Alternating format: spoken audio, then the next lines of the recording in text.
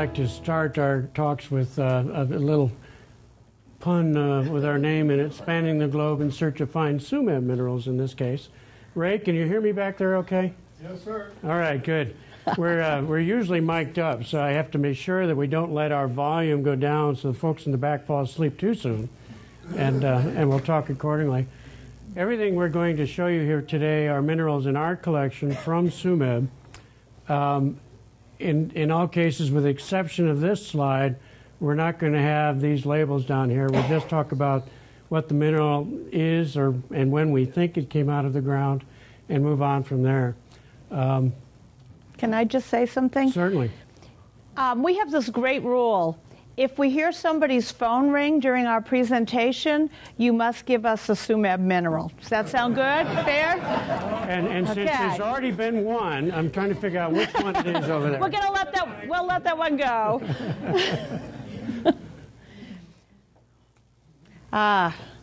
This was a very, very early piece in our collection.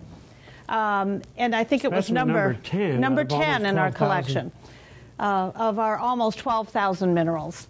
And I fell in love with it for a variety of reasons, one being that the color combination was beautiful and aesthetic.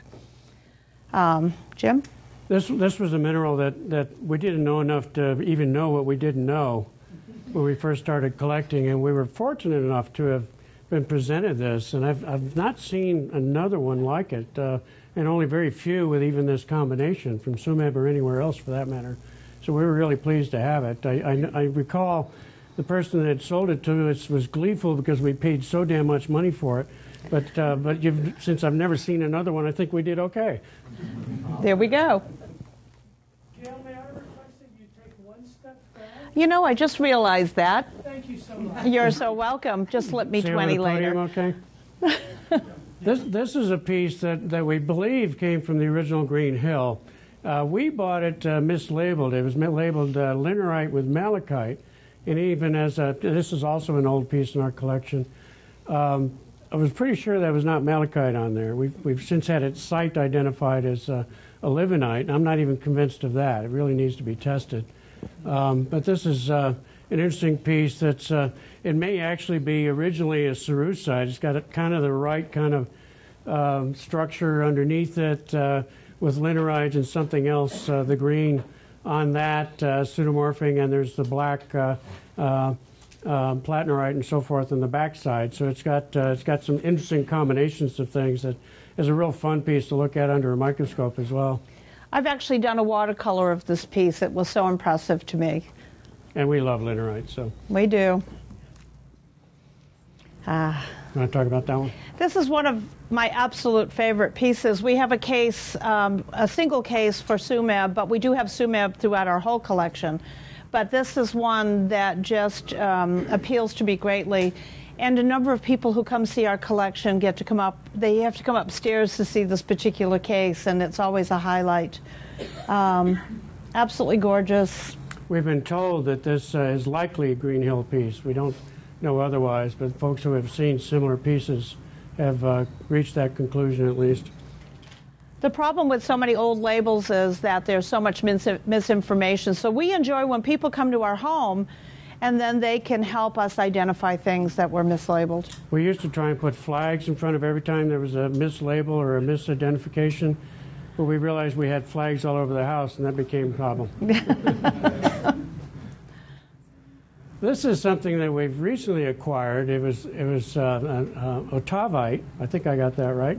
Does that sound right, Mark? Yep. Hooray. And it could possibly be from the original 1906 description. This was the very first type locality mineral in Tsumeb, as I'm sure most of you know. It has all the right associated minerals. Oops, went too far. Rosacite here, and azurites. There's some azurites up there. Malachite on it, as well as what I believe is Tsumebite here, and but that's a guess.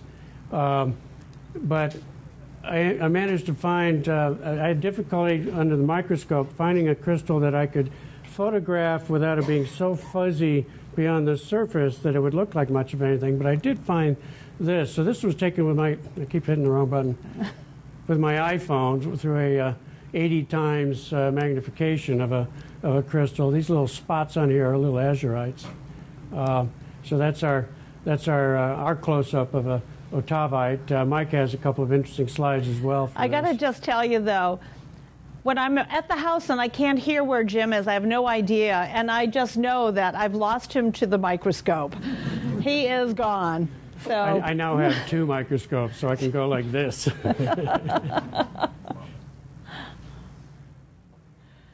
want to say something?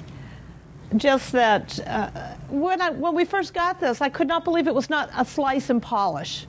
It was absolutely amazing to me that nature could create something like this. Yeah, this is 14 centimeters, so it's good size, and it's both sides have this exact same appearance. There's no sign of it being a contact point or what have you. And then about 6 years later, we found this one. It's obviously a pocket mate, and only slightly smaller, and they're just fabulous things. I love these cerusites. We're about to go through a whole series of cerusites, since that happens to be one of our favorite minerals. Here's another odd one with some really interesting twinning. I call this the Keystone because of that obvious shape of the crystal. But there's a twin plane on the top end, and I have no idea what causes the tapering like that. But it's just a gorgeous piece. We often like to have things photographed from more than just one angle as well, so that we can enjoy it or present it to people to show them all different aspects of the mineral. This one is a cerussite that is as close to a square as anything we've ever seen. It's actually quite thick, and our son Tom, who's done the photography here, has done an interesting thing. Oops. You got to stop by way doing of that. yeah, I'm getting carried away with my thumb.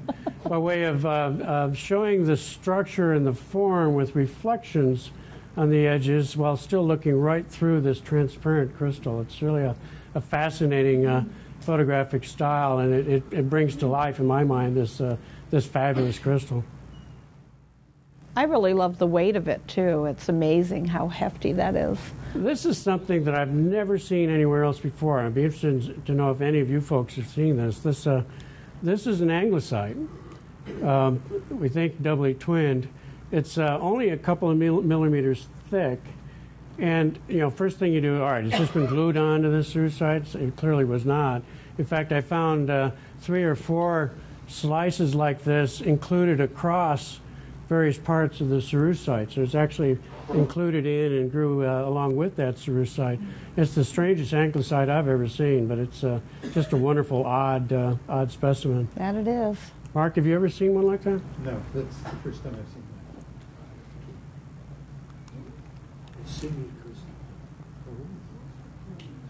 Oh.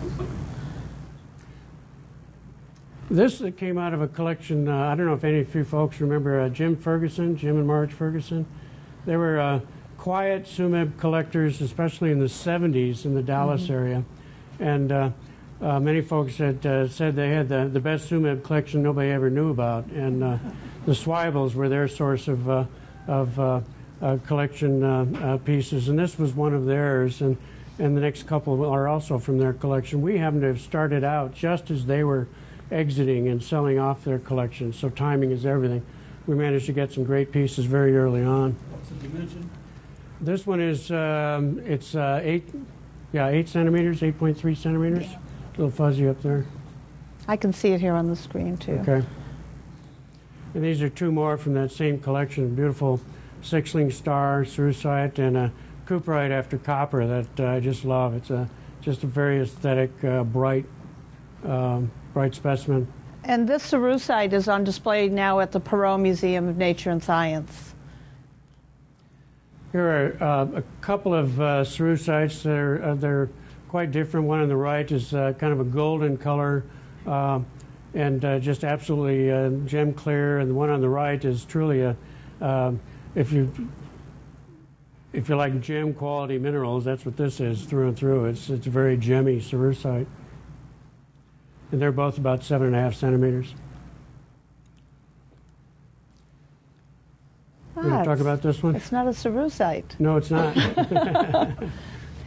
From the 1920s, which is wonderful, azurite with malachite, of course, and just rich in color, absolutely gorgeous. This came out of an old collection that a friend of ours had, who deals with old watches and timepieces, goes to these various estate sales, stumbled across this thing. It had been very poorly repaired, presumably at the mine, and we acquired it and had it repaired properly. And it's just a gorgeous piece. It's not a little one either. It's 11.5 centimeters. Perkins Sam's pocket piece. Personally, my favorite combination, malachite after azurite. It's obviously on matrix, big crystal. The crystal's 11.5 centimeters. It's a thick, blocky crystal. If you're familiar with those, this is a classic example. With any kind of, especially sunlight, you get an electric blue that just glows off of the ends of these things. Absolutely one of my favorites. It's so big and impressive.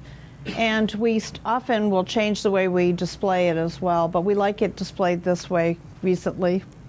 Yeah, we've got photos vertically and horizontally, depending on the mood. We'll show it both ways. A couple of gorgeous azurites. The one on the right with wolfenite, which we don't see very often at all. I don't know how often you see wolfenite on azurite, but that's an odd combination in my mind, at least. But a couple of beauties. Beautiful in color, very rich. A few more azurites, a doubly terminated bow tie on the right. Now, we've had that one for a while, too. We have. I forget how long. It's number 1500 or something like that. And a couple of malachite after azurites on the right. A doubly terminated azurite. Not quite as fine as the one in the case here, but the same vein. An unusual tenantite after azurite beside that with little cerussites on it. This is one that got away. This Don't was make in me our cry. And ex-Smithsonian piece. We'd had this for a number of years, and we're offered what we thought was stupid money at the time, but I buy it back at that price today in the New York Minute. It's a sceptered azurite. Here's the scepter here. Malachite after azurite with Cooprian smithsonite on it. And it's fair size, 12.5 centimeters. Yeah. It's a gorgeous thing. We don't often let pieces go, but when we do, we cry. Yeah, we don't have to show slides because it brings back tears. But this one we do have. You want to talk about it? Oh, it's just one of those pieces that people delight in because it's kind of a perky sort of thing. It's just joyous, and the cerussite on it, the smithsonite on it is absolutely gorgeous. And this is one of the educational pieces that I like to do when I give tours in our collection and explain how this all happened, because people truly believe when they don't know minerals that we have sat and glued those little smithsonites on there. So, but it's beautiful, and it captivates people. And we want our minerals to captivate people so we can educate them. Yeah, it's a particularly unusual shaped azurites with a chatoyant green. It's quite an interesting aesthetic at the very least. Speaking of aesthetics, apple green smithsonite on one side and a lovely pink cobaltoin on the other. Mm-hmm. For our collection. And this one some of you may recognize. It was on a Munich calendar about 5-6 years ago, I think it was. Cerussite and rosacite. These are really strange shaped crystals, and they're absolutely gem clear, real interesting crystals. They're a little over a centimeter across. Here's one that I'll let her start the story, and I have an interesting story that's going to poke some fun at Ian here in a second. When we first started collecting smithsonite, and that was one of my pleasures, was establishing a nice suite of smithsonites from around the world. But of all the things, it was these colorless smithsonite that really just won me over. And the creation of the crystals is just exquisite. And it almost looked like in some kind of organic growth. And so I became a huge fan of these. So whenever we can find anything like this, maybe I shouldn't say that because then people will start looking for them, but I think these are truly my favorite Smithsonites. And this is, but I think of these as bristlecones, the shape of the crystals. And this is the front and back of the same specimen.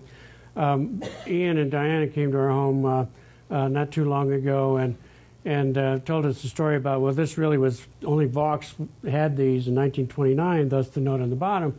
And he had a specimen exactly like this. Said, oh, wow, we've got one of those. I went and got it.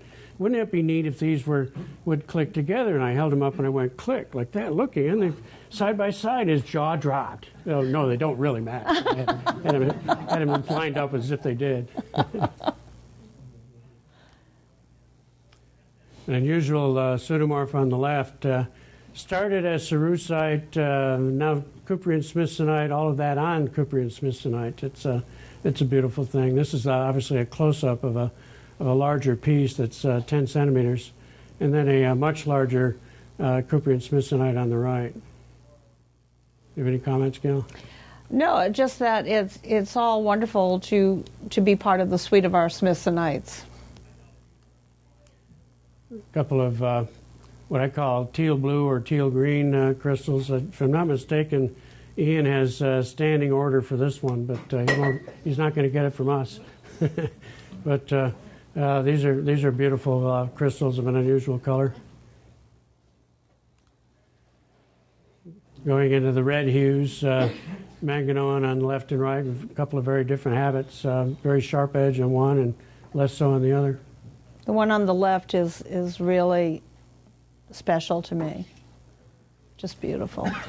This is an interesting piece. It's malachite after a very, I'm tempted to call it arborescent copper, and it doesn't quite come out in this photo, at least on this screen, but there's these little stars all over it. It sparkles under any kind of a light. There's perfect, it turns out, microscopic, perfect calcite rhombs on there that are colorless, that throw light just like flashing lights all over this thing. It's really quite attractive. When Jim's not around, I call it the Brillo pad. You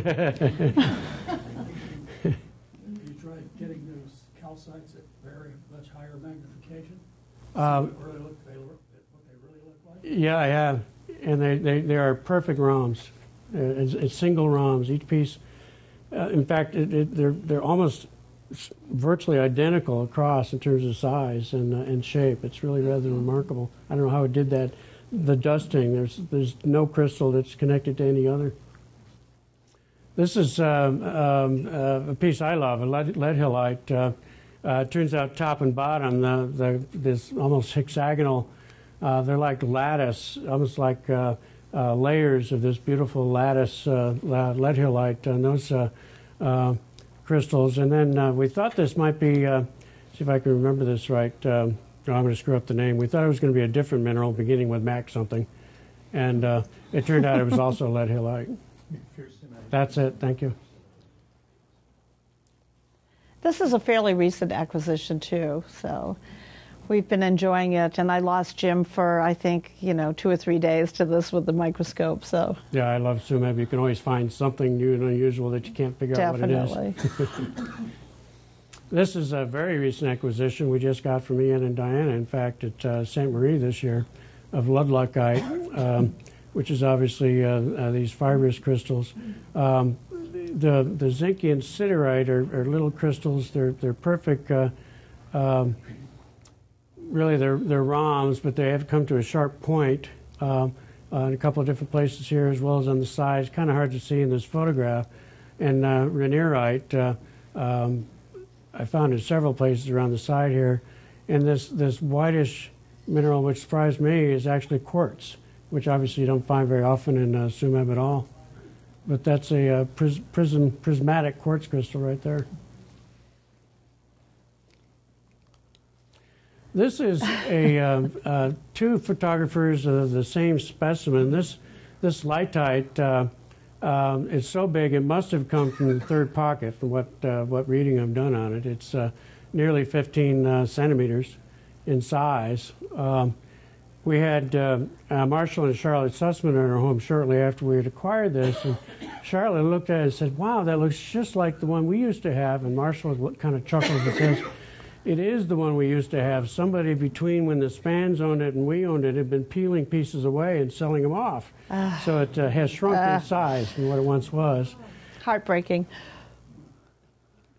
But it also has Ian Brucite on it. And I noticed that Ian, I think it's on the Tsumeb.com site, if I'm not mistaken, there's a box to be filled later of Ian Brucite. And I've got a smudge here, a crystal there that you might want to put in that box if you want to borrow that. But that's an Ian Brucite on this specimen. Woohoo!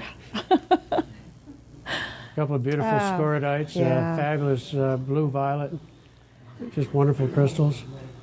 The one on the right here was out of Diana Weinrich's collection. We had acquired a few years before she passed.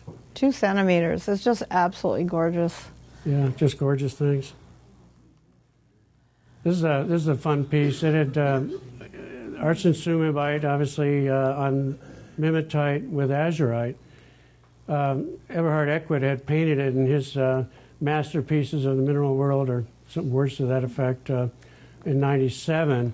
As part of Wolfgang Henkel's collection at the time. It went through several people's hands along the way and ended up, Stuart Walensky had it and took this photograph. I never liked it with this pointing down like so. Neither did I. I had a problem with it. So we had a little, and if you notice, this nose is no longer here. So it's been trimmed once already since then. So we trimmed it a little bit more and turned it over, and now we have it upright like that in a base. I like it better that way. I do too. That's a beautiful combination. Oh. You want to tell this story, or shall I? No, I just want to talk about when you screamed. Okay. I'll talk about that. Yeah, go ahead. You want me to tell? Oh, yeah. I'm going to reenact your scream. The punchline on this is cats can fly. We had Jeff Scoville in the house. Somebody mentioned he was here. I didn't see him here today. And he was going to be photographing this piece with others, so I was disassembling things from bases and whatnot and laying them out. I was putting them in a flat on top of a cabinet about so high I figured that'd be safe from certainly the dogs, if not the cat. So what's this silly cat do but jumps from the floor, sight unseen, up into that flat and lands on this piece, and now it's into 16 different bits. And I picked up every little bit and put it in a box, and just as a reminder, as dummy, don't get to assume anything about a cat. And this is after the cat went flying out of the room. But it was the ear-piercing scream that really made it interesting. And I thought that he had stepped on the cat, but it was not the cat screaming, it was Jim.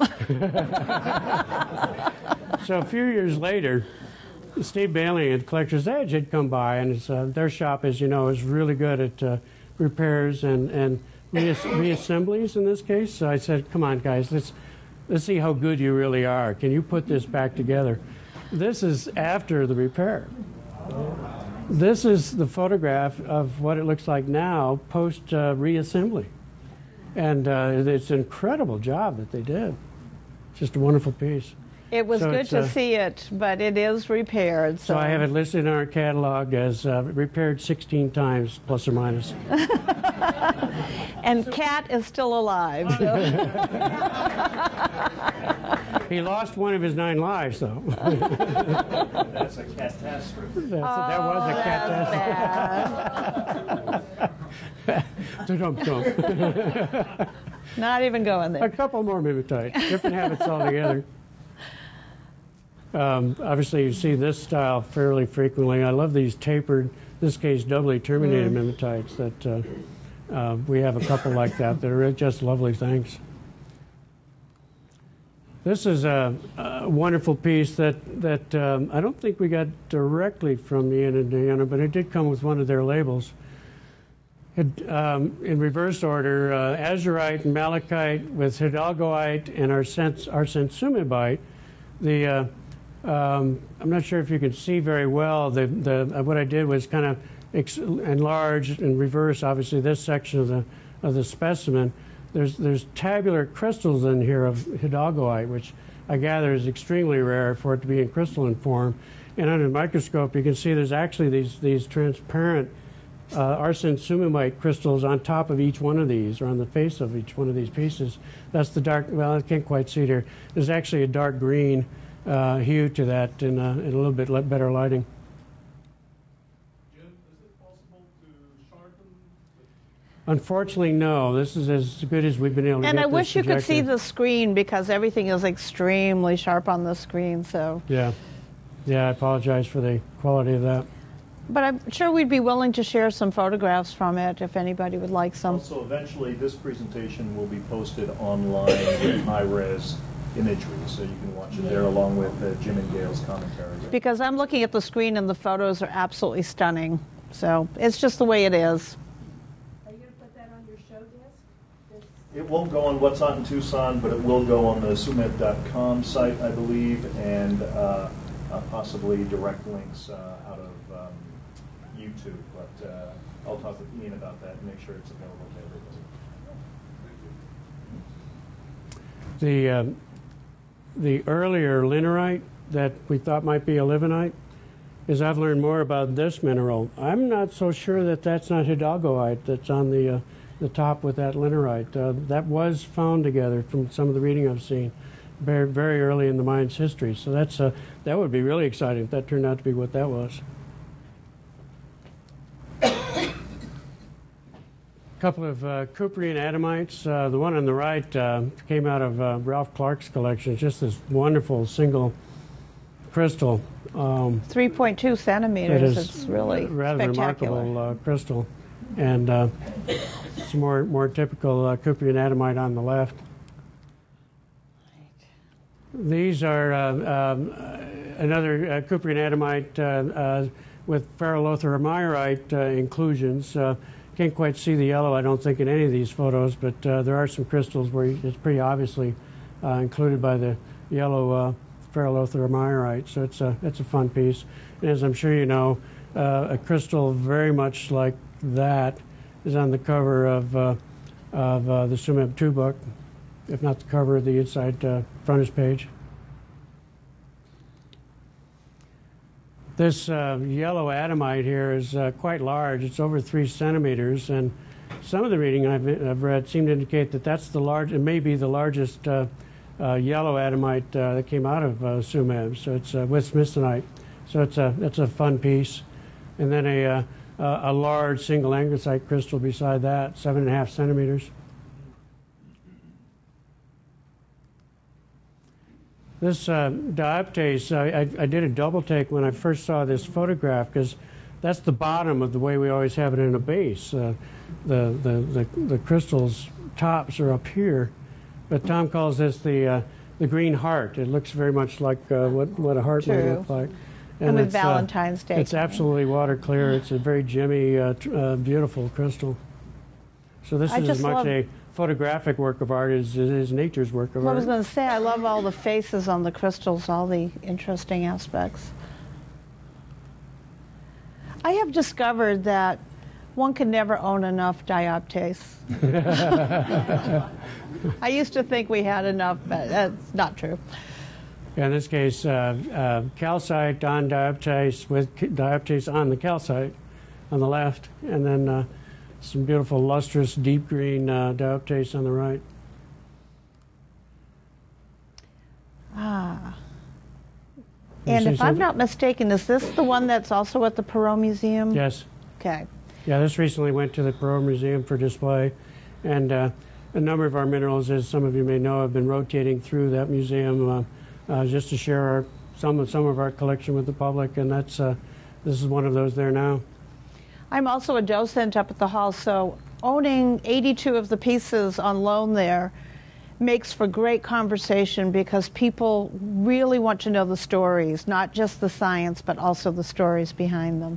Well, a story she usually tells, which I will, which is somebody will be admiring a case that happens to have one of our minerals in it, or only our mineral in it, and they'll ooh and ah, and she'll walk up and she's talking about it and say, yeah, that's one of my husband's and mine, and they'll turn to her and say, you wish. And, and then she'll say, no, look at my name tag, and look at here's the screen. And then they'll go, oh my God, tell me about this piece. How did this come out? How far underground did it come from? And oftentimes they're so surprised when we tell them that this didn't come from way underground. This maybe came from up high on a mountain, or it came from close to the surface or scraping a hill. So it's been a really fun adventure talking to people about the variety of places these minerals come from. And that this is 7 the whole specimen is 7 centimeters.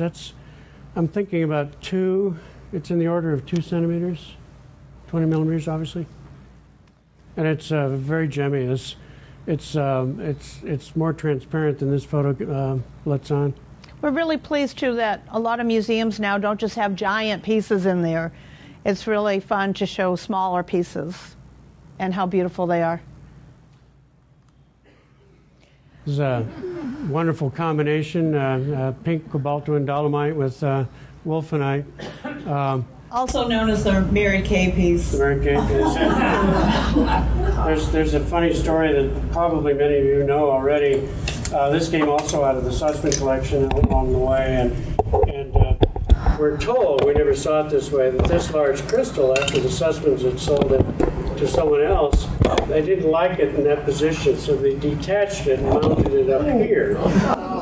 And it made it look so much better. And then when it came out of that person's collection, fortunately, they put it back where it belongs. So this has definitely repair. That crystal's been reinserted where it belongs. Can you imagine having something as beautiful as that and making it more to your liking? Yeah. That's a gorgeous piece. It's a fair size too, 10 centimeters. On the right is a tungsten wolfenite. I'm pretty sure, Mark, you may have to help me, that looks like the termination right there to me of something that would be bipyramidal. But it's over a centimeter across. For these things, that's a big one. And a beautiful deep purple blue colored wolfenite. And on the right is a very old livenite with malachite that we understand is from the first oxidation zone.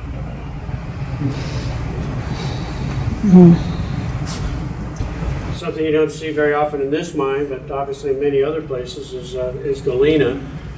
In this case, we have Galena and pseudomorph after something, and this crystal, for example, looks rhombohedral enough to have been the calcite. So I think there may be something else involved with this piece, and there's some cerusites along the side here. Well, I can't even see it from here. No, I can see it. Somewhere over there, and I think that's it there. We're looking on the end of a 6-leaf star cerussite. I just turned it off. On this specimen. So it's got some interesting lead minerals on here. This is this was one of those Gebhardt. That's right. Gebhardt didn't quite know what to call it, so it was the GS1 in his book of unknown, unidentified minerals. In fact, this photo is from his book. We actually had. I'm jumping ahead of myself. Recently, we had an opportunity to acquire this gemstone, which is 20 points, or 0.2 carats. You need a microscope just to see the damn thing. But I asked for proof as to, well, can you prove to me this really is a fallite? And they sent me the analysis. Said, yes, you can, which surprised me to begin with. And on that analysis, I saw it was dated 1997, and I asked about it. It was done by Excelsior. Tony Nickisher had done it 20 years ago. Tony's a friend of ours, so we dialed him up. Do you remember, this is a shot in the dark, how good is your memory? Not only do you remember doing the analysis, you remember the scribbling on the side that Andy Roberts had also done a separate analysis of the same specimen to confirm there really was fallite. And this gemstone was cut from that one of those tested pieces. And further shot in the dark, I said, well, 20 years ago, you don't happen to still have any of that material left, do you? And he did. And he had one that size, just like that. in a little box that he sent to us. So now we have a cut and rough of fallout, which is pretty cool. A very large single crystal of calcite with duftite. And that is also on display at the Perot Museum. Yeah, it's just a wonderful thing. Willemite. Just that they are spectacular and interesting to people when we show them our collection. Another eye grabber because of the glistening aspects of it. Yeah, and obviously the fluorescence you get from these is pretty nice too. Yeah. This one is I'm tempted to call it stalactitic. At least the label had that. It has some branches of what is either goethite or something like that. The willemite is grown on. It almost looks like a cactus the way it formed. And that is 5.9 centimeters. I don't know how well you can read that, but. And then, the very best slide, very best one. There's a mineral coming up that's not from Tsumeb. We call it cat's eye agate Spann style. And this is the cat that landed on the mimetite. So. And his name is Adularia. Apparently he'd been forgiven by then. Yes, yes. And with that, thank you very much. Thank you.